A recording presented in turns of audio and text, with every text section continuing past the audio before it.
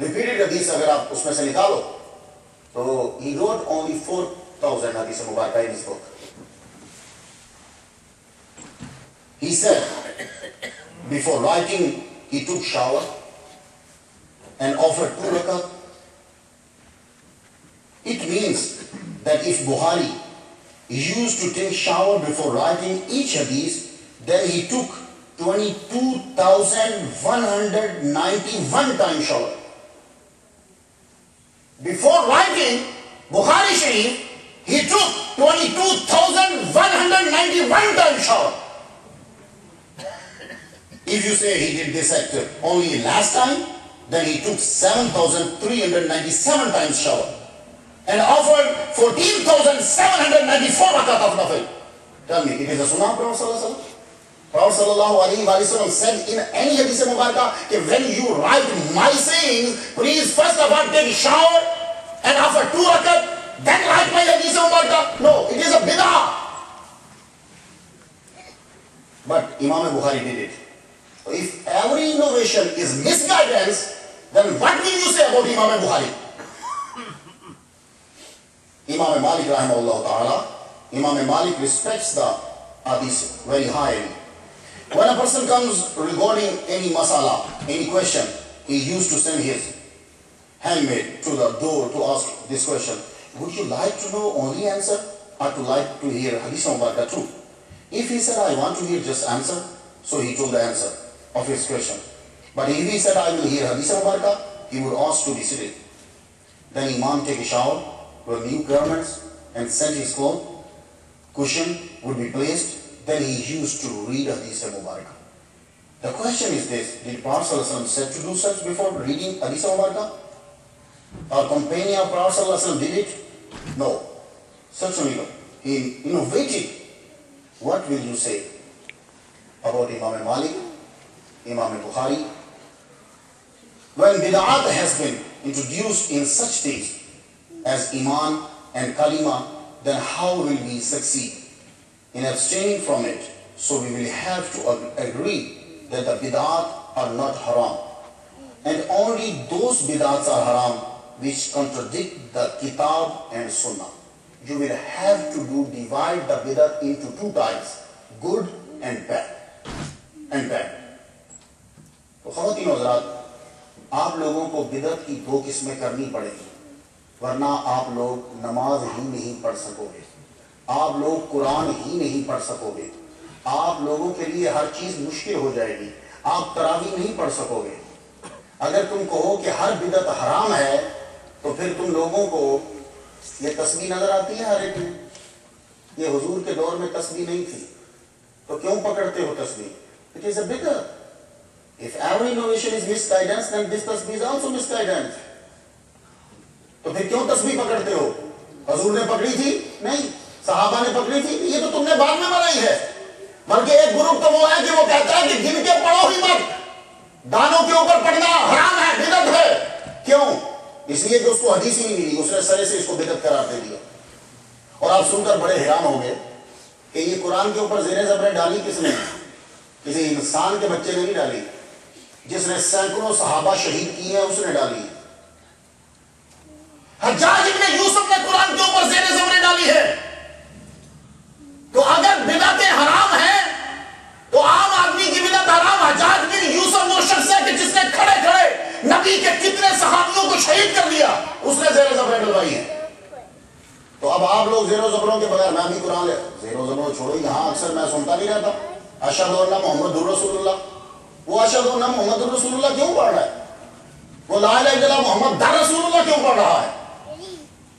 اس لیے اس کو سنٹیکس نہیں آتی، اس نے سنٹیکس پڑھا ہی نہیں۔ سنٹیکس بذات خود بدعت ہے، یہ نام بذات خود بدعت ہے، لیکن آپ کو یہ پڑھنا پڑے۔ اب سارے آدمی تو یہ پڑھ نہیں سکتے، تو پھر آپ کیا کرو گے؟ قرآن مجید کے اوپر سے اگر زیر زبریں ہٹا دی جائیں تو آپ لوگ نہیں پڑھ سکتے۔ یہ جو ہم کتابیں پڑھتے ہیں ان کے اوپر زیر زبریں نہیں ہوتی، وہ پھر گرامر پڑھنی پڑتی ہے۔ سنٹیکس پڑھنے کے بعد پھر پتہ چلتا ہے کہ یہاں پیچھے اللہ آیا ہے، اب اس کو محمد کا رسول اللہ پڑھیں گے۔ محمد ورڈ جو ہے یہ مبتدا ہے، مبتدا مرفوع ہوتا ہے، اس کے اوپر پیش پڑھیں گے۔ تو اگر تم لوگ کہو کہ ہر چیز بدعت ہے تو پھر سب چیزیں ختم ہو جائیں۔ تو آپ کو فرق کرنا پڑے گا وہ بدعت حرام ہے جو حدیث اور قرآن سے ٹکرائے، جیسا مرزئی فرقہ بدعت ہے، جبریہ فرقہ بدعت ہے، قدریہ فرقہ بدعت ہے، یہ باطنیہ فرقہ بدعت ہے، اور بغیر چاند دیکھے کیلنڈر بنا دینا یہ سب سے بدترین بدعت ہے، لیکن کسی کا دھیان ہی نہیں جاتا۔ 11 بجے مشیگن میں نماز جمعہ پڑھنا یہ بدعت ہے، کسی کا دھیان ہی نہیں جاتا۔ مولوی کا تنخواہ لینا یہ بدعت ہے، کسی کا دھیان ہی نہیں جاتا۔ اگر دھیان جائے گا تو صرف میلاد النبی پہ جائے گا۔ مولوی صاحب کا تنخواہ لینا بدعت، every innovation is miss guidance. اب مولوی تنخواہ لیتے ہوئے یہ حدیث نہیں پڑھے گا۔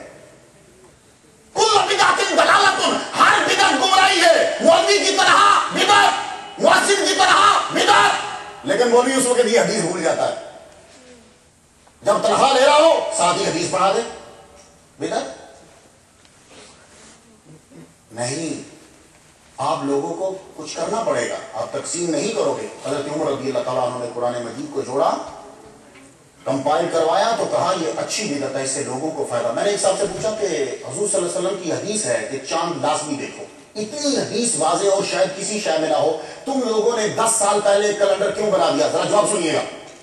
میں نے کہا جب میرے نبی نے فرمایا ہے کہ چاند دیکھو تو روزہ رکھو، چاند دیکھو تو عید کرو، اس حدیث بخاری کی حدیث کو کیوں رد کیا گیا؟ بولے لوگوں کے فائدے کے لیے، وہ خدا کی قسم اس کے علاوہ اس کے پاس جواب کوئی نہیں تھا۔ لوگوں کے فائدے کے لیے، یونٹی کے لیے۔ میں نے کہا ایک بات عرض کروں، جو دنیا حدیث پہ عمل کر رہی تھی ان سب کو تو یونٹی پہ لا رہے ہو۔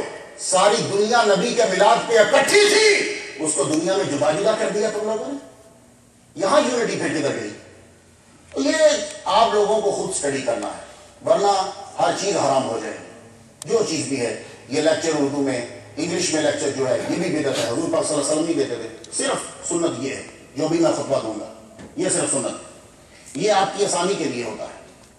وہ اذان جو بھی ابھی ہمدانی صاحب نے بدعت ہے، وہ لوگوں کی آسانی کے لیے بنائی گئی۔ حضرت عثمان غنی نے لوگ دور دراز ہوتے ہیں جلدی آ جائیں۔ خواتین حضرات، بدعت جو ہے وہ دیکھنا ہے کہ کون سی بدعت اچھی اور کون سی بری ہے۔ بدعت نے جب پتھروں کے اندر رخ کیا تو تاج محل بنا ڈالا، شاہ فیصل مسجد بنا ڈالی۔ بدعت نے جب رخ کیا تو مسجد نبوی آج کے دور کی مسجد بن گئی۔ جب بدعت نے رخ کیا پتھروں میں تو آج آپ کو خانہ کعبہ کے اندر اتنی بڑی مسجد نظر آ رہی ہے۔ بدعت نے جب رخ کیا قلم کی طرف، پھر بخاری بنی، پھر مسلم بنی، موطا امام مالک بنی، اور جب قلم نے رخ کیا شاعری کی طرف، پھر تمہیں اقبال نظر آتا ہے، تمہیں خیام نظر آتا ہے۔